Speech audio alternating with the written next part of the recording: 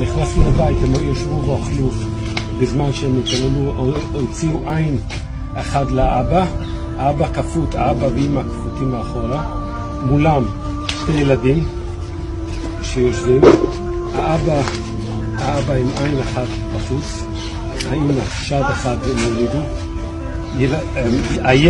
ילד בן 7, הורידו לו כמה אצבעות, הילדה, הכף רגל, הורידו לה, הם פתחו שולחן באמצע והם אוכלו.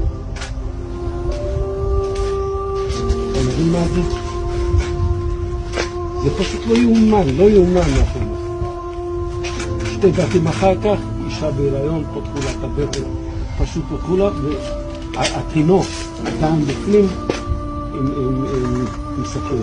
לוקחים את זה, ואחרי זה יראו לה מאחורה.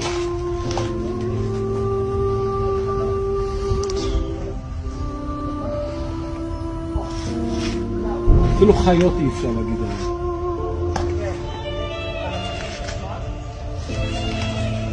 זה לא יאומן מה שראו פה. תשמעו.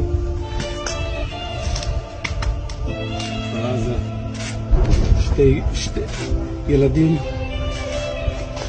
10 ו10, ידיים מאחורה, אפילו לא ירועים, שרפו אותם בחיים. עשו מהם פייל, עשו מהם ערימה, 2 ערימות.